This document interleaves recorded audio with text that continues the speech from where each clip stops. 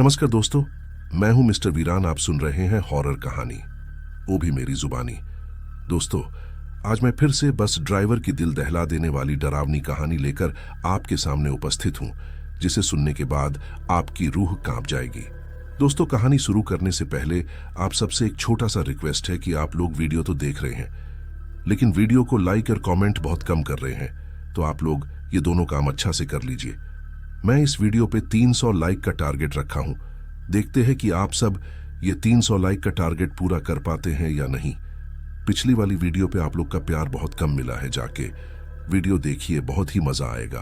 तो चलिए, अगर आप भी चाहते हैं कि आपका भी नाम अगले वीडियो में बोलूं, तो आप वीडियो को लाइक और चैनल को सब्सक्राइब करके एक प्यारा सा कमेंट कर दीजिए कि आपका नाम क्या है और आप वीडियो को कहां से देख रहे हैं। बस इतना काम आप कर लीजिए, मैं अगले वीडियो में आपका नाम जरूर लूंगा।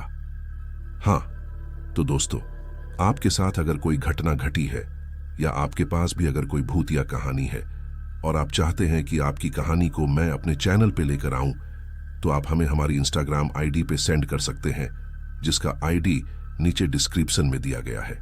अब चलिए कहानी को शुरू करते हैं। दोस्तों, मेरा नाम हरिराम है और मैं राजस्थान के नागौर जिले का रहने वाला हूं।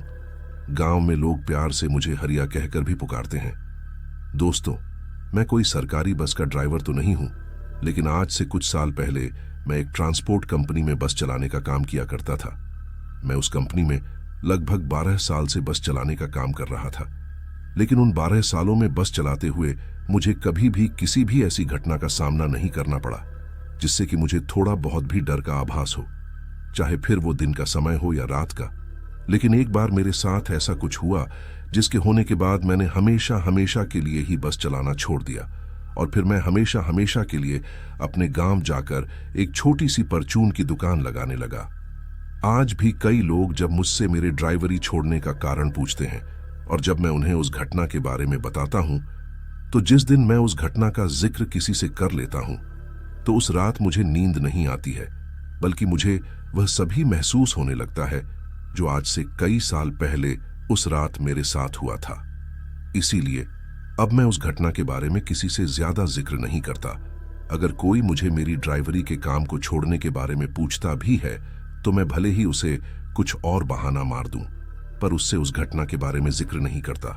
दरअसल यह बात उन दिनों की है जब मैं उस ट्रांसपोर्ट कंपनी में काम करता था, और उस ट्रांसपोर्ट कंपनी में मैं जिस बस को चलाता था, कंपनी वालों ने उस बस की ड्यूटी एक फैक्ट्री में लगा रखी थी और वहां पर मेरा का काम था कि उस फैक्ट्री में काम करने वाले मजदूरों को उनके घर से लाना और शाम को वापस उन्हें उनके घर पर छोड़कर आना। अब उस फैक्ट्री में मेरी बस के साथ ड्यूटी लगे हुए लगभग 6 महीने का समय हो चुका था। शुरू में जब मेरी इस फैक्ट्री में ड्यूटी लगी थी और मुझे यह काम समझाया गया था, तो मैं खुशी खुशी इस काम को करने के लिए तैयार हो गया था। मैं मन ही मन सोच रहा था कि पूरे दिन बस चलाने से तो अच्छा ही है कि दिन में सिर्फ 2 टाइम लगभग 3-4 घंटे बस चलना पड़ेगा और पूरे दिन आराम करेंगे और सैलरी भी पूरी मिलेगी। लेकिन मुझे क्या पता था कि मेरा यह लालच मुझे एक दिन एक ऐसी मुसीबत में फंसा देगा जिसकी वजह से मुझे मेरी यह नौकरी ही छोड़नी पड़ जाएगी। दरअसल अब रोजाना गांव-गांव जाकर उस फैक्ट्री के मजदूरों को लाना और शाम को उन मजदूरों को उनके घर पर छोड़ना मेरे लिए आम बात हो चुकी थी और मुझे अब लगभग हर मजदूर के घर के एड्रेस का भी पता चल चुका था, क्योंकि मुझे उस रूट पर से मजदूरों को लाते हुए लगभग 6 महीने का समय हो चुका था और हर गांव से लगभग 10-12 मजदूर मेरे साथ उस बस में रोजाना आते जाते थे। तो उन्हें रोजाना उनके घर के सामने छोड़ने की वजह से मुझे सभी के घरों के बारे में पता चल चुका था कि किसी मजदूर का कौन सा घर है, और रास्ते में आते जाते टाइम उन लोगों से थोड़ी बहुत हंसी मजाक भी हो जाया करती थी। कुछ मजदूर जिनसे मेरी दोस्ती थोड़ी ज्यादा थी, वह रोजाना मेरे साथ बस के केबिन में बैठा करते थे और पूरे रास्ते मेरे से गप्पे लगाते हुए फैक्ट्री में काम पर जाते थे और शाम को भी इसी प्रकार गप्पे लगाते हुए और पूरे दिन फैक्ट्री में क्या क्या काम किया वह सब बातें मुझसे शेयर करते हुए अपने घर चले जाते थे।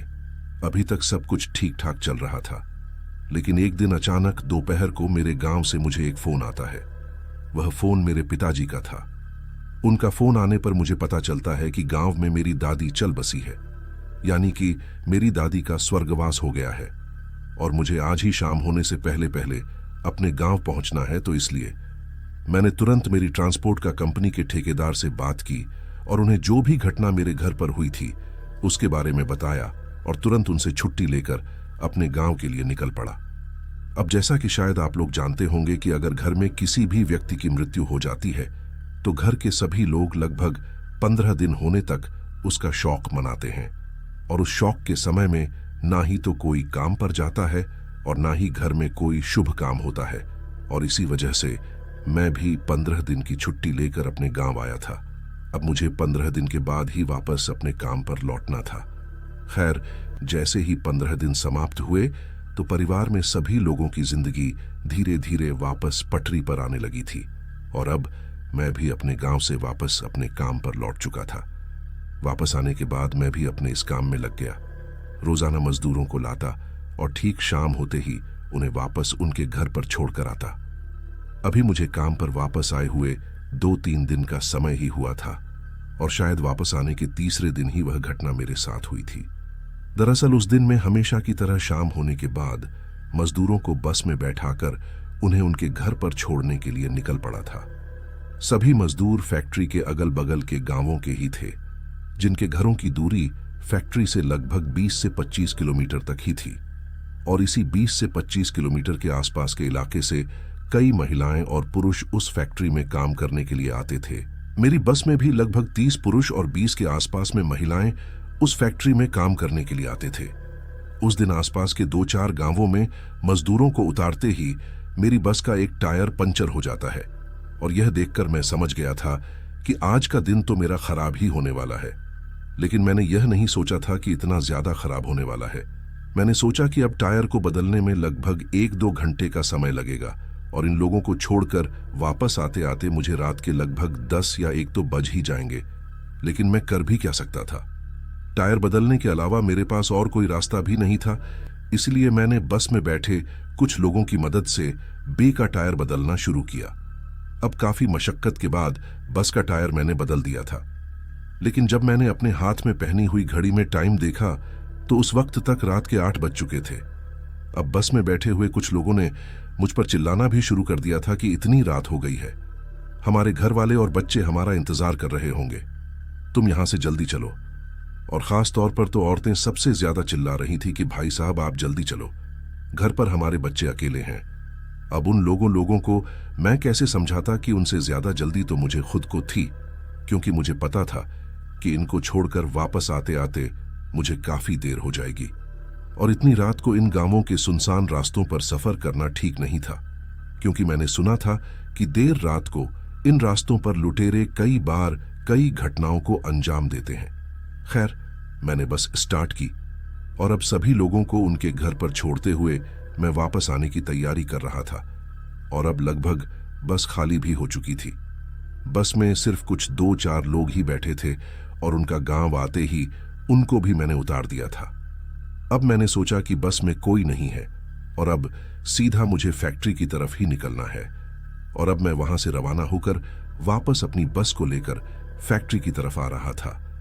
तभी एक पहाड़ी के पास में एक सुनसान रास्ता आता है और अचानक मुझे मेरे पीछे से बस में से ही एक औरत की आवाज सुनाई देती है कि ए हरिया, आज मुझे नहीं उतारे क्या? आज मुझे अपने साथ ले जाने का विचार है क्या? तेरा उस आवाज को सुनकर एक पल के लिए तो मैं चौंक गया। मुझे लगा कि बस में से तो सभी लोग उतर चुके हैं, तो फिर यह आवाज किसकी है? जब मैंने बस को थोड़ा धीरे करके अपनी गर्दन को घुमाकर बस में पीछे की तरफ देखा तो बस में सबसे पीछे ही पीछे लास्ट वाली सीट पर एक औरत बैठी हुई थी, पर मुझे उसका चेहरा ठीक से दिखाई नहीं दे रहा था, क्योंकि सभी लोगों के उतरते ही मैंने बस के पीछे की सभी लाइटें बंद कर दी थीं। फिर जैसे ही मैंने बस के पीछे की लाइट चालू की और जब उसके चेहरे की तरफ नजर घुमाई तो मैंने उसे देखकर कहा कि अरे सुमन, तुम अभी तक बस में क्या कर रही हो? तुम्हें तो तुम्हारे गांव में ही उतर जाना चाहिए था। तब उसने मुझसे कहा कि मैं बस में सबसे पीछे बैठी हुई थी और काम की थकान की वजह से मुझे नींद आ गई थी, इसलिए कब मेरा गांव पीछे छूट गया मुझे पता ही नहीं चला। दरअसल सुमन उस फैक्ट्री में काम करने वाली ही एक औरत थी जो रोजाना मेरी ही बस में आती जाती थी, इसलिए मुझे भी उसे देखकर कुछ ज्यादा हैरानी नहीं हुई। फिर मैंने उससे कहा कि आज मुझे वैसे ही बहुत ज्यादा लेट हो गई है और अब तुझे वापस छोड़ने तेरे गांव जाऊंगा तो मैं बहुत ज्यादा लेट हो जाऊंगा। तब मैंने उससे कहा कि तू अपने गांव में किसी को फोन करके यहां बुला ले और फिर उसके साथ चले जाना। लेकिन उस वक्त मैंने उससे यह बात कहने के साथ साथ एक चीज को नोटिस किया कि आज उस औरत में कुछ अलग ही तरह का बदलाव था, क्योंकि आज उसका व्यवहार बहुत अलग था। नॉर्मली बाकी के दिनों में वह इतना ज्यादा बोलती ही नहीं थी, और अगर बोलती भी थी तो वह सीधी और सरल भाषा में बात करती थी। लेकिन आज उसकी बातें करने का तरीका कुछ अजीब ही था। तब मैंने फिर से उसे कहा कि अरे सुमन, तू सोच क्या रही है, अपने घर पर फोन कर। तब उसने घूरते हुए मुझसे कहा, मतलब तू मुझे मेरे गांव छोड़कर नहीं आएगा? क्यों रे हरिया, तू बहुत ज्यादा समझदार हो गया है आजकल। इतना कहकर वह औरत जोर जोर से हंसने लगती है। अभी बस धीमी धीमी रफ्तार में चल ही रही थी कि तभी अचानक बस के एक तरफ से जोर की आवाज आती है और बस अचानक से एक जगह पर रुक जाती है।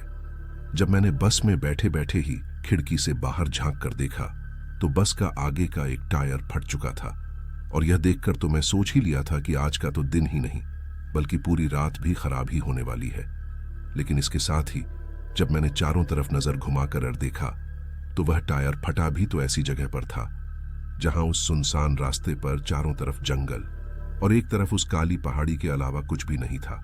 तभी मैं बस में बैठा बैठा ही उस औरत की तरफ बिना देखे ही उसे बोलता हूं कि अरे सुमन, बस का टायर फट गया है, अब तो तुझे तेरे घर वालों को फोन करके यहां बुलाना ही पड़ेगा, क्योंकि अब बस तो वापस तेरे गांव तक जा नहीं सकती। और उस औरत से इतना कहकर मैं बस से नीचे उतर जाता हूं और बस के पीछे की तरफ जाकर बस की डिग्गी में यह चेक करने लगता हूं कि क्या बस में कोई दूसरा टायर और पड़ा हुआ है जिससे कि मैं फटे हुए टायर की जगह लगा सकूं। अभी मैं नीचे होकर बस की डिग्गी में टायर देख ही रहा था कि तभी मुझे ऐसा एहसास होता है कि जैसे मेरे पीछे कोई खड़ा है, और जब अचानक से मैं उसे देखने के लिए पलटा तो मैंने देखा कि मेरे पीछे वही औरत ही खड़ी थी जिसका नाम सुमन था, और जो बस में बैठी हुई थी उसे इस तरह मेरे पीछे खड़ा हुआ देखकर एक पल के लिए तो मैं चौंक ही गया था। और उसकी तरफ जब मैंने देखा तो वह एक अजीब तरीके से गुस्से में मुझे घूर रही थी। तभी मैंने उससे कहा कि अरे सुमन, तू यहाँ क्या कर रही है? तू जाकर बस में बैठ इस सुनसान रास्ते पर, अगर कोई नकली जानवर आ गया तो मैं अपनी जान बचाऊंगा या तेरी। तभी उसने एक अजीब सी आवाज में मुझसे कहा कि तुम अपनी जान की फिक्र करो हरिया, कि तुम तुम्हारी जान बचा पाओगे या नहीं। अब यह सुनकर मुझे थोड़ा अजीब लगा, पर उस रात के समय को देखते हुए मैंने उसकी बातों की तरफ ज्यादा ध्यान नहीं दिया, और फिर मैंने उससे कहा कि मुझे टायर बदलने दे और तू जाकर बस में बैठ। इसके साथ ही मैंने उससे कहा कि तुम यहाँ नीचे क्या करने आई हो? तो उसने मुझसे कहा कि मैंने सोचा हरिया की थोड़ी मदद ही कर देते हैं। तभी मैंने उससे कहा कि ठीक है, वैसे भी ये बस का इतना बड़ा टायर मुझसे अकेले से नहीं उठेगा, तो तू इसको उठाने में थोड़ी मेरी मदद कर दे। अभी मैं बस की डिग्गी में पड़े हुए एक एक्स्ट्रा टायर को निकालकर उसकी मदद से उसे उठाकर आगे की तरफ ले जाने लगा। तभी उसने मुझसे कहा कि तू छोड़ रे हरिया, तेरे बस की बात नहीं है। और फिर उसके बाद वह औरत अकेली ही उस टायर को उठाकर बस के आगे की तरफ ले जाती है, और उसे देखकर मैं बहुत ज्यादा चौंक जाता हूं।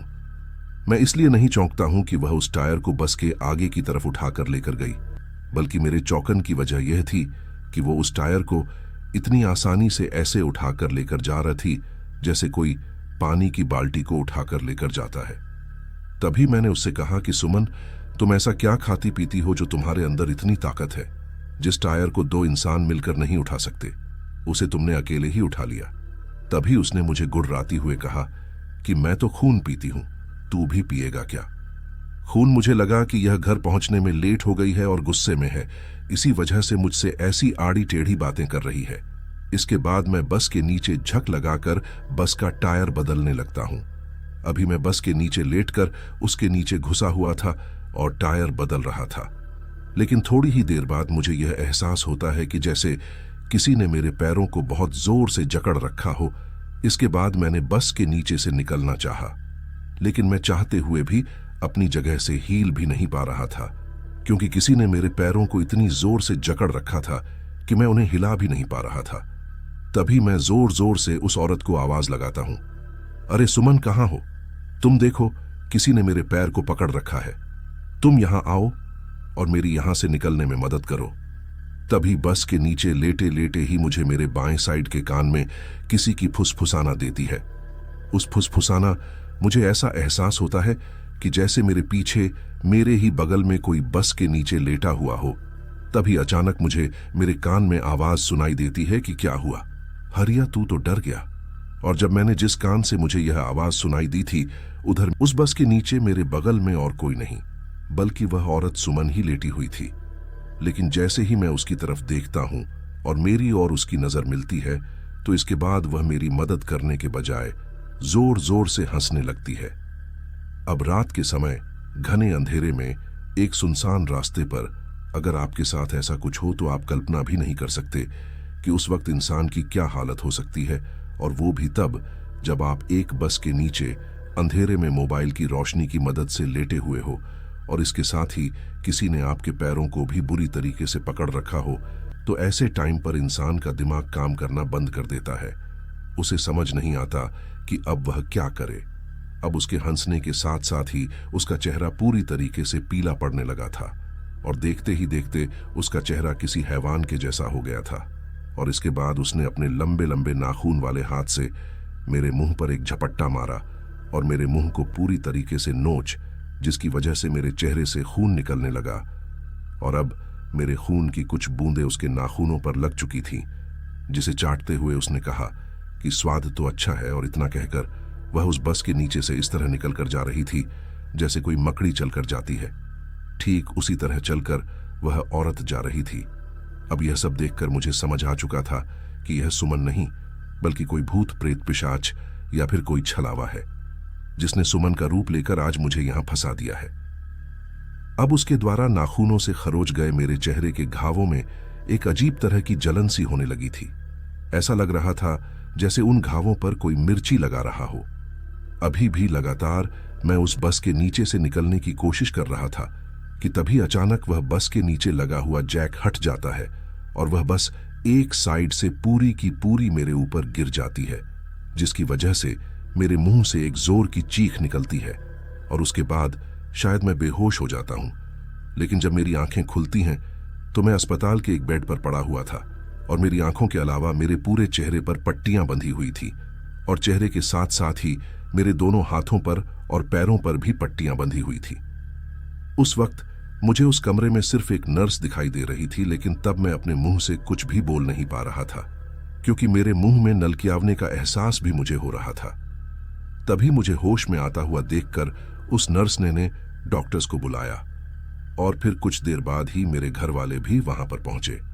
अस्पताल से लगभग 2 महीने बाद ठीक होने पर मुझे मेरे घर ले जाया जाता है। फिर जब घर वालों को मेरी स्थिति थोड़ी ठीक लगती है तो वह मुझसे पूछते हैं कि आखिर मेरे साथ हुआ क्या था। पूछना तो मुझे भी घर वालों से बहुत कुछ था, लेकिन पहले मैं उनको मेरे साथ हुई सारी घटना बताता हूं। उसके बाद मैं उनसे पूछता हूं कि आखिर उस दिन मेरी जान कैसे बची। तब मेरे घर वालों ने मुझे बताया कि जब तुम बस के नीचे दबकर तड़प रहे थे तो उस रास्ते से कुछ ही देर में एक लोगों का संघ वहां से गुजर रहा था, जो कि पैदल यात्रा करके भजन गीत गाते हुए उस काली पहाड़ी के ऊपर बने हुए माता के मंदिर में जा रहा था। वह लोग काफी दूर से उस संघ को लेकर उस माता की आराधना में उस काली पहाड़ी की तरफ जा रहे थे।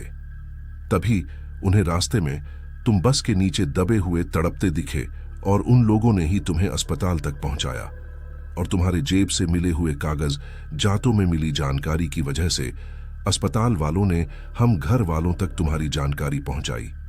अगर उस दिन वह संघ के लोग थोड़ी देर भी ना आते तो उस दिन तुम्हारी जान जा चुकी थी। जब तुम्हें अस्पताल लाया गया था तब भी तुम लगभग मर ही चुके थे। वह तो माता रानी का आशीर्वाद और डॉक्टरों की मेहनत थी जो तुम्हारी जान बच गई, वरना तुम्हारी हालत तो इतनी गंभीर थी कि तुम्हारे बचने के कोई चांस ही नहीं थे और इसी वजह से तुम पिछले 4 महीने से कोमा में थे। अब यह सुनकर मुझे एक पल के लिए यह झटका सा लगा कि मैं पिछले 4 महीनों से अस्पताल के उसी बेड पर मरी हुई अवस्था में पड़ा हुआ था। मुझे तो ऐसा लग रहा था कि अभी अभी कल रात को ही यह सब मेरे साथ हुआ है, लेकिन मुझे नहीं पता था कि उस वाक्य को हुए 4 महीने बीत चुके हैं। लेकिन फिर बाद में घर वालों ने जब फैक्ट्री मालिक से और उस गांव के आसपास के लोगों से पता किया तो हमें पता चला कि जब मेरी दादी का स्वर्गवास हो गया था और मैं 15 दिन की छुट्टी लेकर अपने घर आया हुआ था, इस दौरान वह जो सुमन नाम की औरत थी जो उस फैक्ट्री में काम करने के लिए हमेशा मेरी बस में आती जाती थी, उसकी किसी बीमारी की वजह से मौत हो चुकी थी। फिर मेरे मन में एक सवाल आया कि अगर वह सुमन नहीं थी तो फिर कौन थी। तब घर वालों ने आसपास के गांव वालों से पता किया तो पता चला कि उस रास्ते पर एक छलावा है जो देर रात आने जाने वाले लोगों को रूप बदलकर रास्ता भटका है, और वह उन लोगों को एक झटके में नहीं मारता बल्कि उन्हें तड़पा तड़पा कर मारता है। जितना तड़पा तड़पा कर वह इंसान को मारता है उतना ही ज्यादा उसको मजा आता है।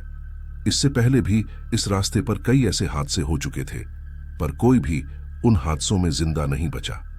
मैं पहला ऐसा इंसान था जो उस हादसे में जिंदा बचा था, और वह भी शायद उस माता रानी के आशीर्वाद की वजह से।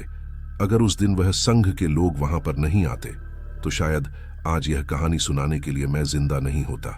तो दोस्तों, यह थी हमारी आज की कहानी। कहानी आपको कैसी लगी कमेंट बॉक्स में कमेंट करके जरूर बताना। अब चलिए पिछली वाली वीडियो पे किस किस ने कमेंट किया है उसका नाम एक एक करके बोलता हूं, आप लोग ध्यान से सुनिए।